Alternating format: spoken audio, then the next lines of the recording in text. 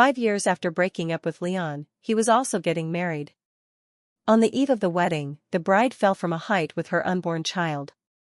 She stood on the rooftop and made one last call to my husband, Miles, before she died. In a daze, I remembered her words, "Sister Anya, the two men who once loved you the most have now fallen in love with me. They would do anything for me, including avenging my death by punishing you severely." To avoid revenge, I deliberately hit my head and pretended to have amnesia. When I woke up, Leon casually assigned me a fake husband. Miles also said that I am now someone else's wife. Later, I made my amnesia real. On the day Miles and Leon finally found me, I asked, "Who are these two people?" "Anya," the man holding me chuckled, "they are our matchmakers." It had been several days since I received Vivian's call. When the door opened, Miles was holding a small porcelain urn. It was an exquisite urn for ashes. He took off his coat and looked at me with a somewhat inexplicable scrutiny. "Anya, did you know? Vivian is dead." Miles seemed drained of all energy and slumped down in the entryway. I looked worried and stepped forward to support him. He was stunned for a moment and asked, "Don't you blame me for leaving you that day?" After a moment of hesitation, he added, "On our wedding anniversary." I shook my head. Miles glanced at the urn and smiled bitterly. "Now, I only have you left." I didn't answer, just looked at my ring finger. It was empty, with only a mark where the ring used to be. Miles stood up and carefully placed the urn in our marital bedroom. Under the light, the soft white of the porcelain was strikingly bright. Actually, I knew what Miles had planned and given up during the days he was missing. As someone with no direct connection, he managed to bypass Vivian's official fiancé and successfully bring her ashes home. The price was agreeing to silently allow Leon to carry out his revenge against me. After Vivian's autopsy report came out, I went with Miles to see it. The monotonous sheet was densely filled with words. One line in small print read, 13 weeks pregnant. In other words, Vivian was already pregnant before she died. She jumped with her child. Miles clearly couldn't accept the fact that Vivian died with her unborn child. His hand holding the report was trembling. "Is that child yours?" I looked at the man beside me, who was in pain, wanting to ask but not speaking. I tentatively reached out and silently hugged him. At my touch, Miles's body stiffened for a moment. He hesitated to speak. "You?" As if at that moment, he was moved by my tenderness. Behind Miles, through the gap in our embrace, I caught sight of a tall man who stopped in his tracks, our eyes meeting. He stood not far away in a black suit, his expression cold and silent. Beneath his indifferent brows, he watched me and Miles embracing with interest. After 5 years, I saw Leon again. My first love, the man who was supposed to be the future husband of the deceased bride. Now, he hated me to the core and was determined to throw me into hell. Vivian was pure and beautiful. Everyone inevitably became infatuated with her and rushed to her, including my then-lover, Leon. And now, she rested quietly in the porcelain urn placed in my bedroom. She became the unshakable bright moonlight in the hearts of the two men present. They would be willing to do anything for her, to avenge those who had hurt her. Before Vivian died, she squatted on the rooftop with her arms around her knees, helpless. Her eyes were swollen, and her figure was fragile to the point of transparency. She cried and left behind an ambiguous last sentence, then fell from the height like a kite. She said, "It's Sister Anya, and my name is Anya." At the first moment of receiving Vivian's call, Miles grabbed his coat and rushed out without explaining a word to me from beginning to end. Perhaps because he forgot, perhaps because he didn't care. Vivian ultimately died, on the day of my wedding anniversary with Miles. After several days of no news, I went to Miles's company to look for him. I also saw an unexpected person. Leon. Two proud sons of heaven who never got along were willing to sit down peacefully for Vivian. Vivian said it was Anya. After a long silence, he said, "Are we really going to retaliate against Anya like this? By finding a group of men to defile her?" Leon sneered, "This is what she owes Vivian, she should also taste what despair feels like." But they miscalculated. Before the thugs could find me, I first called the police. Then I deliberately smashed my head until blood flowed down my face. After closing my eyes with relief, when I woke up again, I was in a hospital bed. My head was wrapped in layers of white cloth, with only a pair of innocent eyes exposed. Facing their inquiring gazes, I ignored Miles and instead complained to Leon. I asked, "Leon, what's wrong with me?" The interest on Leon's face intensified, and he called for a doctor. Several people left the room and whispered. Finally, they reached a conclusion: I had amnesia. "What year is it now?" Miles frowned and asked me. "It's 2020, Miles." "You're so silly," I said in a playful tone, which made Miles feel as if he was facing a great enemy. He quickly went out to discuss with Leon. "Her memory is stuck 5 years ago." Yes, I made my memory go back to 5 years ago. That year, Vivian had just revealed her true colors. Miles was still the childhood friend who had inexplicable feelings for me. Leon was still the boyfriend who loved me the most. "Leon, do you hate me?" I looked up and asked Leon cautiously. I was like an extremely sensitive wretch, questioning why there was a malicious atmosphere of dislike around me. Miles was stunned upon hearing this, and before Leon could speak, he loudly scolded me. "Anya, are you crazy? Look at the ring on your hand." He grabbed my hand with force, gripping it painfully. As I struggled, Miles's expression showed a hint of panic. He didn't find the wedding ring he had bought for me on my ring finger. The ring I had happily accepted and promised never to take off.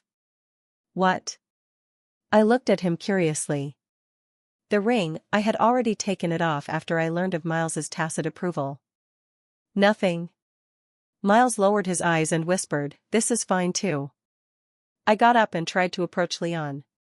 But his eyes showed undisguised disgust, and he stepped back, causing me to fall from the bed. His voice was as cold as ice. "Do you remember what you did to Vivian?" "I don't know," I replied. "Humph." All I got in return was a cold laugh. "What did I do?" "I didn't do anything, but Vivian said I did." "I don't know." The glass shards that the nurse had knocked over earlier hadn't been cleaned up yet, and my palm was embedded with countless tiny pieces of glass. When the wound started bleeding, both Miles and Leon saw it. They looked down at all this, maintaining a tacit silence.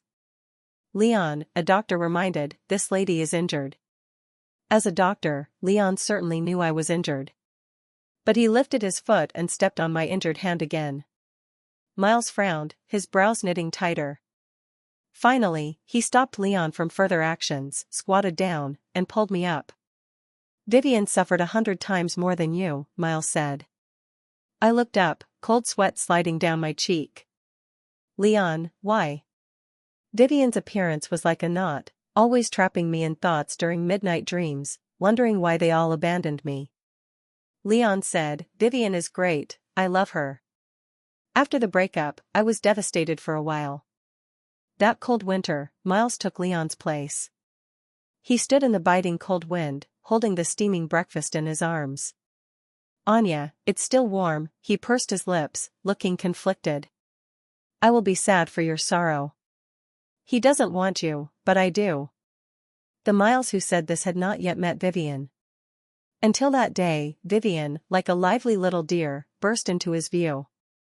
"Anya, you are now 5 years later," Leon began. He continued without a trace of emotion, "You are already married." "With whom? Is it with you?" I asked expectantly, excitedly. Miles's face didn't look good, he disapprovingly signaled to Leon with his eyes. But Leon's next words shocked both me and Miles. "It's with Vivian's brother, Zeke." "Is that so?" I lowered my head, my tone dejected. "Zeke, I know him. He is the younger brother Vivian's mother had after remarrying into a wealthy family, now the head of the Shin family. However, a few years ago, he was in a car accident and has been paralyzed in a wheelchair ever since." "Leon," Miles showed for the first time the grim expression he reserved for business rivals, "you've gone too far." Leon scoffed, staring into my eyes. "My Vivian. After that incident, she became like a broken doll, losing her will to live. Is Anya innocent in all this? Upon hearing this, Miles looked away. He stared at the white vase in front of the hospital bed, which resembled a small white porcelain urn. Once again, he tacitly approved Leon's decision. Your husband will come to take you home later, he said to me. The door to the ward was closed. Later, doctors and nurses came in one after another. They glanced subtly at my hand but took no action. Can you help me bandage it? I raised my hand, the pain lingering persistently. Miss Anya, the nurse stammered. Leon said this is not allowed. I see. I silently put my hand down and tried to pick out the glass pieces one by one with my nails. It hurt so much, until finally, I was left alone in the ward. Outside the window, the sun was setting, and it was already dusk, but the Zeke they mentioned still hadn't appeared. I found the note Leon had left earlier with Zeke's name on it. The phone rang and was answered by that person. Are you coming? I asked. The voice on the other end was clear but weary. No. This was a verbal marriage between Zeke and me, born out of Leon's deception. But this person seemed unwilling to cooperate. He chose not to take the opportunity to avenge his sister.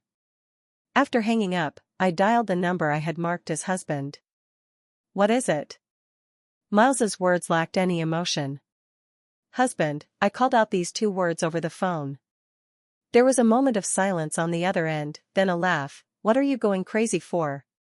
Didn't Leon tell you that you are now Zeke's wife? But my husband doesn't want me. I want to find him, I said dejectedly, my voice getting softer. Miles seemed struck by something and fell silent again. You know he doesn't want you. Why do you still want to? The voice on the phone trailed off. Miles obviously thought that the husband I was referring to was himself. My tone was urgent, almost crying. Can you tell me Zeke's address? I want to find my husband. With a beep, before I could finish, the phone was abruptly hung up. Miles was no longer calm. As tears just fell, I dialed another number, sobbing. I'm so scared. When the phone was answered, Leon should have hung up ruthlessly, but he was disturbed by my pitiful crying. Leon, I hate this 5 years later. Everyone says I hurt Vivian and wants me to pay the price. But I don't know anything. I came to the future I once looked forward to, but you broke up with me, you loathe me, you hate me. Yet just yesterday, you kissed me for the first time. You said you loved me and would never let me suffer. But why, Leon, were all your promises lies? Anya, Leon's voice trembled, you deserve to die. The moment Vivian stood on the rooftop, touching her abdomen, she jumped from the height. I rushed to grab her but couldn't do anything. So, even if it's the you from 5 years ago, what right do you have to complain? You want me to give my life back to her, don't you? Leon sneered upon hearing this. I will make you experience the same despair of being defiled as Vivian did. This time it failed, but it will succeed eventually. Vivian, that most beautiful Vivian, was she really as pure and flawless as you think? After pushing open the ward door, I suddenly realized again that I had nowhere to go. My home was perhaps no longer the house where I once lived with Miles. I hailed a taxi, and the driver asked where to. I answered, Qianshan Cemetery. The driver was taken aback upon hearing this. He also noticed my disheveled appearance and the untreated wound on my palm. He stammered, my condolences. I forced a smile and saw my reflection in the car window smiling. I wanted to go home. There, my father, mother, and that child whom no one knew existed were buried, those, my past. My entanglement with Vivian began in kindergarten. She was unwilling to be close to any classmate who showed her favor, but she alone followed me every day, calling me Sister Anya. From then on, whichever school I advanced to, she would strive to follow. Even though her grades were not as good as mine, she studied hard through the night, then happily showed me her admission letter. Sister Anya, we can be together again. Did she like me that much? But in the end, I realized she might have just seen me as a rival. Anything good, I had it, she wanted it, what I didn't have, she also strove to get. Family, grades, appearance. And finally, it became about boyfriends. Sister Anya, which one do you choose? Vivian smiled sweetly, as if asking a casual question. But in the end, her actions told me that she would compete for both. On the day I was broken up with, I fainted on the rainy ground. Vivian deliberately blocked Leon's view. He opened an umbrella and led her away. When I was sent to the hospital, the doctor told me I was pregnant, and then, unfortunately, I miscarried. I survived but was left with a chronic condition. Perhaps I would never have the chance to have my own child again. After the breakup, Leon refused to accept any of my messages. The only message was from Vivian, relaying, "Sister Anya, Leon says your entanglement is really unsightly." In the end, I alone buried the unformed fetus in Qianshan Cemetery, next to my parents' graves. Leon cared about his Vivian and the child in her womb. But he didn't know that Vivian's child was neither his nor Miles's. Even in death, Vivian would maximize her benefits. Calculating the time, Leon probably had already received the truth about Vivian's jump. I sighed, large raindrops hitting my face, and the pain in my palm gradually became numb. It was still bleeding, the blood diluting with the rainwater into a light red. A shadow covered my head. I looked up and saw a black umbrella. It blocked the rain tightly, preventing it from falling. "Do you want to come with me?" Zeke sat in his wheelchair, looking down at me with indifferent eyes. "Didn't you say you weren't coming?" I asked. He didn't answer, just extended his hand to me through the rain. In the office, Leon put down his pen. Outside, it was pouring rain, just like the day Anya and he broke up. Anya called after him not to leave, but he didn't look back. "Leon," the assistant knocked on the door and placed a stack of documents on the table. "These were sent anonymously, said to be very important to you." Leon nodded, glanced at the papers on the desk, and called out to the assistant who was about to leave. "Have the people been rearranged?" The assistant was stunned, then realized what Leon meant. The director loved his fiancée to the point of obsession, willing to do anything for revenge. "It's already arranged," the assistant said carefully. "They are all desperate criminals, and besides, we have tampered with Miss Anyan's phone. This time, she won't be able to call the police." The heavy rain didn't stop, and the office door was suddenly slammed open. Miles stood at the door, his hair wet with rain, his voice urgent, "Where is Anya? Tell your people to stop." Leon looked up casually. "What? Can't bear it now? But you agreed to it yourself initially." "Leon, the one who killed Vivian wasn't her." Miles's words were like the thunderclap outside the window. Leon shook his head and chuckled, "Vivian wouldn't lie to me." Miles clenched his fists. The stack of papers on the table that Leon had casually glanced at were all thrown at him. Scattered on the floor were Anya's miscarriage records, dated exactly on the day they broke up. The rest of the pages pieced together the truth of Vivian's infidelity and her accidental pregnancy. Leon laughed softly. "So, she and I had a child." Snapping back to reality, he stumbled out of the office and ordered the assistant to immediately stop the revenge operation. But the assistant looked puzzled and told Leon, "Those desperate criminals called a few minutes ago, saying they had already found the target." The rain in the cemetery finally stopped. When Leon and Miles arrived, there was only a pool of undried blood next to the tombstone. They searched everywhere but could no longer find that person. The next day, news of the Shin family head appearing with his wife for the first time topped the trending searches. Zeke, the fake husband they had told Anya about, was holding her hand with a doting expression. In the pouring rain, I took Zeke's outstretched hand and went home with him. After taking a shower, he beckoned me over. "What?" I asked suspiciously. "To blow-dry your hair," Zeke said with a smile that was very attractive, tinged with desire and worldliness. "How are you going to do that?" "Maybe." I looked at his legs covered by the blanket, wanting to tell him that it might not be convenient for him. Zeke regained his usual arrogance and beckoned, "Sit on my lap." I took the towel and hairdryer and handed them to him. "If I sit on you, will it hurt?" I looked into his eyes, somewhat uncertain. "It won't," Zeke said, "I'm just crippled, unable to walk." he said it lightly. Zeke embraced me, his fingers gently threading through my hair. They deliberately told me that you are my husband, I said. Zeke softly hummed in response. Because you are Vivian's brother, they thought you would seek revenge on me for your sister, I continued. Zeke's movements slowed. I won't, he said to me, I don't have a sister who would harm her brother. Anya, Zeke's hand brushed through my hair, slowly moved around my neck, and stopped at my lips. They really did a stupid thing, didn't they? Let's make this mistake a reality, I think it's pretty good. I froze. I felt that Zeke behind me was serious. Calm, unrestrained, with a mad desire and love. Not to be trifled with. Zeke had the lawyer prepare a divorce agreement. He held my hand and signed my name stroke by stroke on the paper.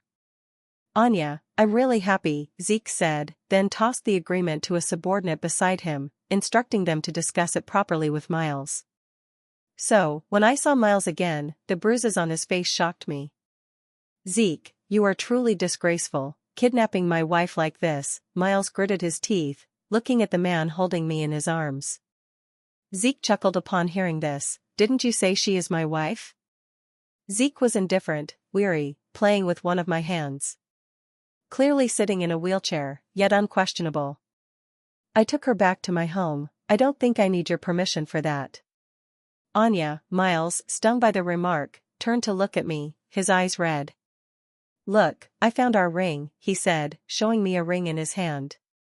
The ring wasn't actually the one I had thrown in the trash. But he had custom-made an identical one, hoping for my approval, hoping I would forgive him as I always did. Miles was performing a one-man show. I've already thrown away the urn containing Vivian's ashes in the bedroom. If you don't like it, we can change to another house.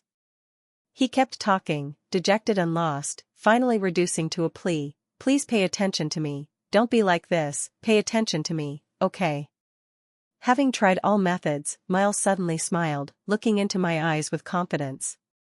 He said, Anya, if I insist on not signing this divorce agreement, you ultimately have no way to leave me. With a glance from Zeke, his subordinates pressed Miles onto the table. Miles's hand was forced to sign the divorce agreement. After signing, he looked up at me, clearly not expecting Zeke's methods to be so direct and forceful. Anya, is this what you want? His voice trembled. I nodded, turned around, cupped Zeke's face, and kissed him. Miles, stimulated to madness by this scene, stumbled out. Zeke's lips curved slightly, saying, I helped you so much, how do you plan to thank me? I got off his lap. I also helped you a lot. I watched his eyes slowly change from surprise to calm, deep like a lake. My Anya is really smart. Zeke leaned back, nonchalant. Everything my sister planned, cared about, and wanted to possess through death will eventually disappear bit by bit. Disappear at your hands, right? I asked. Yes, Zeke smiled. The subordinate stepped forward, pushing his figure almost disappearing at the edge of the hall. Suddenly, he stopped. Follow me, Zeke's gentle voice came. He took me out of the manor. After the subordinate left, he stopped alone by the lake. I squatted beside Zeke, touching his leg with my fingers, and asked, will it get better? Zeke smiled and shook his head. Anya, a familiar voice broke the silence. It was Leon, standing there, seeming to hesitate whether to approach. He said, I'm sorry, our child was lost because of me. I held the armrest of the wheelchair and looked at Zeke. I remembered the evening when Zeke took me away from the cemetery. Another group of people came forward, trying to molest me, unbuttoning my clothes. Zeke and I just sat quietly in the car, waiting for his subordinates to deal with those bandits one by one. The bandits' mouths were pried open, and they said it was Leon who ordered them. After the first failure, he sent people a second time to harm me, just for his deceased white moonlight, Vivian. Leon had said that he couldn't forget the moment Vivian stood on the rooftop and jumped with the child in her womb. Now, I told him, Leon, I can't forget the sight of you leaving with Vivian on the day we broke up, I can't forget the pain in my abdomen and the spreading blood at that time, and I can't forget how you could easily say to find a group of men to insult her, to ruin her, for your Vivian. Leon, as always, was arrogant and self-important. He spoke urgently, Anya, I know you've divorced Miles. If you're willing, we can have another child. This time I will definitely be a good father and protect our child. No need, I turned away. The law enforcement officers who had been in position stepped forward, pressed Leon's shoulders, and controlled him. Hearing the words suspected of breaking the law, Leon frowned. Then he realized something and looked at me. I'm sorry, Leon lowered his head. It's no longer needed, I smiled. The knot that Vivian had tied around me since childhood had somehow loosened and fallen away, finally releasing me, allowing me to breathe peacefully. Anya, push me away, Zeke closed his eyes, leaning sideways on the wheelchair. At that moment, I could see Zeke's vulnerability. When he was quiet and not speaking, I truly realized that he could no longer walk and had to rely on others' hands. Even sitting in a wheelchair, he was powerful and indifferent. He looked down on everything with weary eyes. Zeke was thin, with a sickly pallor. I thought that if he could stand up, he would be a tall young man, but the wheelchair he relied on for mobility bent him. Such a person, he saved me, perhaps only because of his sister. What are you thinking? Zeke looked up at me. Thinking about when we will part ways, I replied. Zeke scoffed lightly. My wife, since they were willing to give you to me, I won't let go. Do you despise my legs? He looked at me. If in the future you want to take a walk, no one can hold your hand and walk with you side by side. I shook my head. Although Zeke couldn't hold my hand and walk with me, he could swipe the card when I shopped, and his wheelchair could hold things. And only he, when I was most desperate, extended his hand to me. Months later, Leon's case was settled. He was sent to prison to serve his sentence. After that, every beginning of the month, a letter would be sent from the prison to Zeke's manor. Anya, I'm sorry. Anya, wait for me when I get out, don't abandon me. I miss you so much, my love. And so on. One day, he sent a letter saying that if he could start over, he had learned how to be a good father. I touched my slightly bulging belly and looked at Zeke, who was reading a book beside me, and said, I want to go to the prison. Zeke turned another page of the book and said, up to you. But his tense fingertips betrayed his unease. Will you accompany me? I coaxed, husband, these letters are bothering me, let's go today to end this source. Zeke put down the book and finally agreed with a hum. At the prison gate, I saw an unexpected person. Miles. He stood there, and when he saw me, his eyes were full of surprise. Miles staggered, and as he ran towards me, he was blocked by the bodyguards. Anya, I knew that even if you don't love me anymore, you might still care about Leon. Zeke just glanced at me, and a subordinate pushed him forward. Miles, standing in place, had red eyes and pleaded, I come here almost every day to wait, just to see you again. Anya, please forgive me, the days without you are like hell to me. At Zeke's signal, a black-clad bodyguard came over and stopped. His tall and powerful figure cast a shadow over Miles. Sir, do you also want to go in and keep Mr. Leon company? The bodyguard's voice was loud like a bell. Anya, don't be like this, Miles stood unsteadily, looking at me. Why don't you love me when I love you? I ignored him and walked straight ahead. Zeke had been waiting there for a long time. Led by the relevant personnel, I saw Leon again. His cheeks were gaunt, no longer showing his former grace. The hands that once held a scalpel were now covered with calluses and small cuts. You're here, Anya. When we actually met, Leon was not as brave as in his letters. But he still persisted, asking, can you give me another chance? I really have learned how to be a good father. I smiled, touching my belly. My baby will have a good father. Leon's gaze gradually became dull, from hope to despair. I'm sorry. He cried, looking into my eyes. If it weren't for Leon being bad, he could have had a beautiful life with Anya. I'm sorry. I kicked away the stool and turned to leave. Later, I never received any more letters from the prison. Leon no longer dared, he had become timid, completely overwhelmed by regret. When the child was 1 month old, I received an anonymous gift. A set of baby clothes. Inside was a note with only 3 words, "I'm sorry." Whether it was from Leon or Miles didn't matter. The nanny asked me how to handle it. I said, "Throw it away." The nanny agreed, saying it was a pity for such a beautiful baby outfit. I just smiled. At midnight, by the trash can, a man endured the stench to search and finally found the clothes thrown away with the gift box. He held the anonymous gift he had sent, standing there in a daze for a long time, and finally left with stumbling steps. "What are you looking at?" Zeke came to my side at some point. I shifted my gaze from the surveillance screen. I saw a homeless man and was a bit curious. Zeke chuckled lightly and pulled me into his arms. Then, "Don't look at those insignificant people, look at me, okay?" I hooked my hands around his neck and answered, "Okay." Anya's perspective. I still remember Vivian's usual sweet smile, her eyes full of laughter. Sister Anya, the living can't compete with the dead. Indeed, the living can't compete with the dead. But Vivian, didn't I tell you? What the living can do, the dead cannot. I have already wiped away the traces left by this deceased white moonlight. Zeke's perspective. Vivian and Zeke's past. Zeke had a sister who was a few years older than him. He understood from a young age that his sister was his mother's stepdaughter and was not favored by his father. His sister was a very gentle person. In front of their father, she always gently told him stories and played with him. But later, Zeke discovered that there are scorpions that can disguise themselves.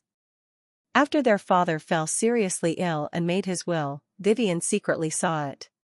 She found Zeke and hinted that he should intervene to make their father less heartless. Why leave most of the family fortune to Zeke while she and their mother got very little?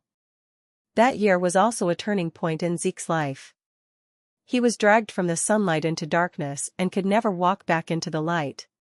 Losing the ability to walk was not easy, but Zeke never became decadent or complained. He never showed any vulnerability in front of others, so much so that everyone thought he didn't care. Even when facing a disabled son, his father still insisted on leaving most of the family fortune to him. Vivian cried to their father, "My brother can't protect it. Give it to me, okay?" Vivian's eyes flashed with joy for a moment, but it quickly disappeared, yet Zeke still noticed. For the first time, he directly regarded his sister as an outsider and became wary. Later, he accidentally overheard his mother saying to his sister, "You harmed your brother for the property, I no longer have a daughter like you." Vivian begged for mercy, asking her mother not to tell their father, at least not before he passed away, otherwise, their father would not let her off. The mother hesitated for a long time but finally agreed. Zeke still held hopes for family affection sometimes, even though his legs could no longer walk. He knew he was losing something, but facing the mother he had admired since childhood, he remained silent. In front of their father's memorial hall, Zeke glanced at his crying mother. He thought she would tell him the truth about his sister's harm, but she still didn't. He sat in his wheelchair, becoming the head of the Shin family, the new patriarch. What was his mother hesitating about? Between her 2 children, she ultimately chose Vivian. Until his mother also passed away, taking that secret to the grave. Even at the moment of parting, she still instructed, "You and your sister must support each other. There is no closer relationship in the world than between you two." How ridiculous. In front of his mother's sickbed, Zeke wanted to laugh but couldn't. After his mother passed away, Vivian still didn't change. Her target shifted to her so-called best friend's boyfriend. What sister Anya has, I want too. That's what best friends do. Zeke just chuckled lightly upon hearing this. Vivian had become unrecognizable. In the end, she cheated, got pregnant, and when cornered, she jumped off a building. She became an unshakable white moonlight, while all the burdens and injustices were dumped on her best friend, the girl named Anya. On that rainy day, Zeke received a call. "Zeke, do you want to avenge your sister? Then agree to become Anya's husband and torture her." Leon on the other end was confident. he didn't believe Zeke would pass up such a good opportunity. Boring, Zeke closed his eyes and hung up the phone. Another call woke him from the darkness. He answered. The voice on the other end was calm, but Zeke detected the owner's vulnerability and helplessness. Are you coming? It was Anya, the girl his good sister often mentioned. A poor soul. No, he replied. But looking at the incessant rain.